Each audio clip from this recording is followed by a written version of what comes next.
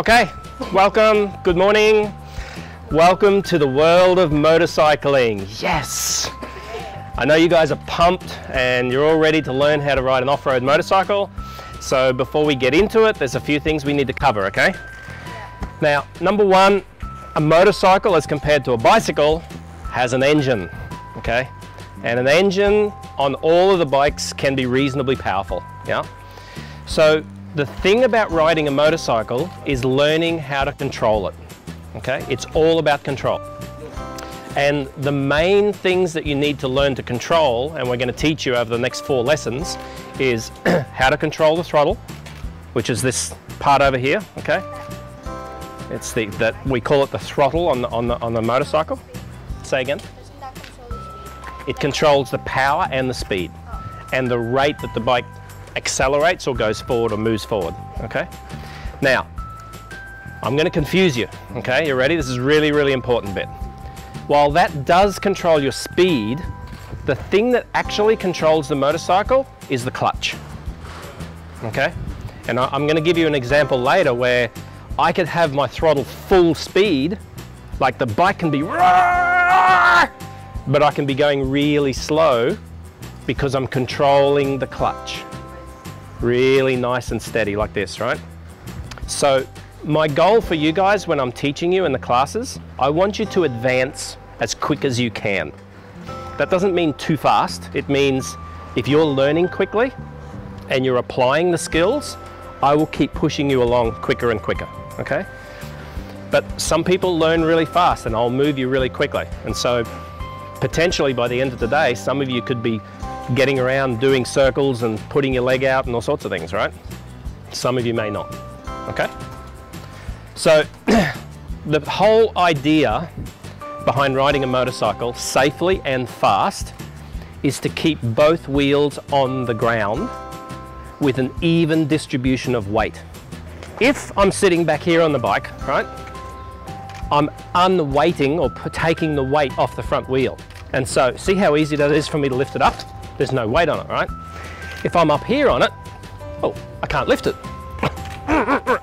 Won't lift, right? So that means my weight is pushing down on the tires and making them grip the ground, okay?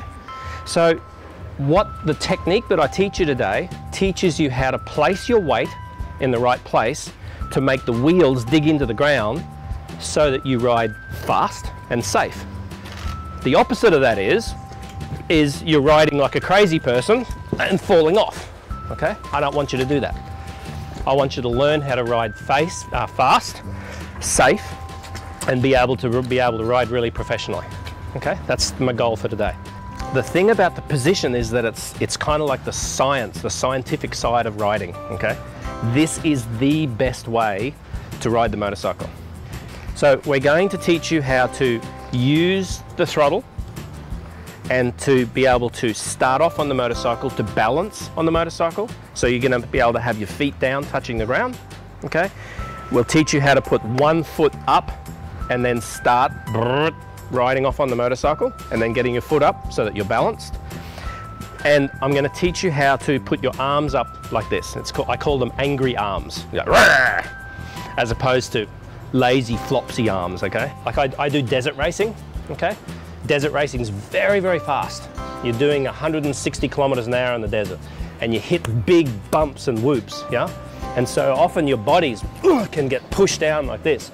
If I have my arms down like this, I'll just get thrown over the bars, okay? So there's a reason for having your arms like this. One of them is suspension, but the other one is to give you a full range of movement, okay? You notice I didn't really have that full range of movement here. So you've got a full range of movement, okay?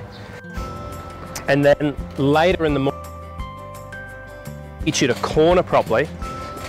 You're also having your elbows up allows you to get your weight over on the bike and push down on the bike. But that's at the end of the lessons, all right?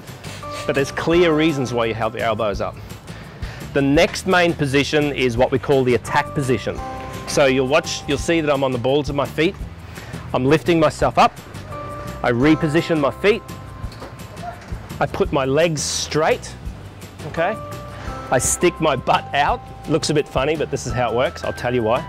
You put your butt out and you put your body forwards, okay?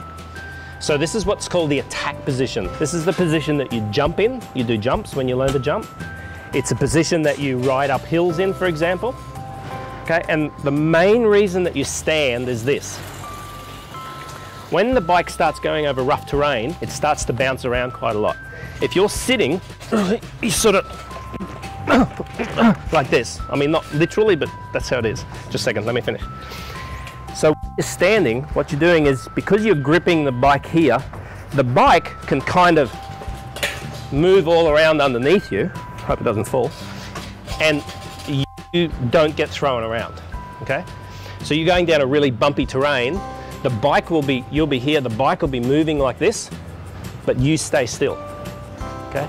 You virtually, because the suspension's working, because you're using your feet as suspension and you're using your arms as suspension, yeah, you tend to stay still on the bike while the bike moves.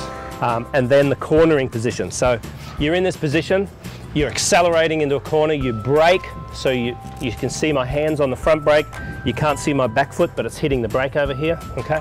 So you're braking, you're pushing back on the bike like this because you're braking really hard and it will want to push you forwards. And then you quickly, and with a lot of thrust is the word, you come forwards and you go boom, like this into a cornering position. And the reason we do it really quickly, like this, is because as you do that, you come racing forwards and all your weight smashes into the front forks here and pushes that wheel into the ground. So that as you come into the corner, that wheel drives into the ground and it can't slip. Safety. So one of the biggest things about bikes is that A, they can fall on you, okay? B, they can burn you. I actually burnt myself last night. I have another little bike here and I was loading it to the back of the truck and I've got a big burn just here because I put the exhaust quickly against it and it's really sore. And that's why, you know, I should have had long pants on when I loaded the bike and I didn't. Stupid me. So you have the long pants on to protect your legs against burns and against the bike falling on you. And also you'll see today you're going to be riding through grass and sticks and things. So when they come up, you don't want to hurt your legs or get cuts or whatnot on you. So that's why you've got the long pants. All right, let's go. Let's go ride some bikes.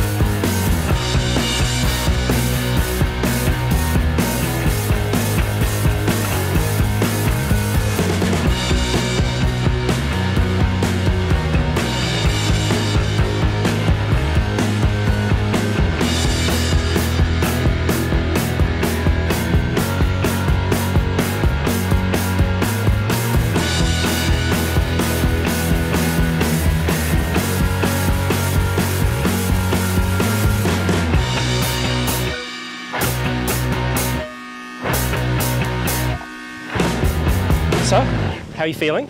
I'm feeling tired, and I mean, surprisingly, it's tired. I thought it's not. I thought it's just a stroll in the park, you know, that kind of that. Yeah. Cool. I want to give you a compliment. You were a little hesitant on the height of the bike, and it is almost too tall for you. But I could see your confidence. This was the bike that I tried earlier. Correct. Oh no. I can see people's confidence level, and I saw that you would be okay, and that's why we had a try on it, and you proved me right. So your confidence is very high. And it's about attitude, you know, you're willing to have a go, and I really see that in you, and that's fantastic, and that's what helped me coach you today. Thank you. Today was fantastic. I enjoyed it. Thank you. I enjoyed it too. Really good student. Yeah. I'm really looking forward to doing more with it, and I can see that you're going to accelerate really quickly, and you'll have this in no time. Hope so. So, high five, well done. Thank you. Cool.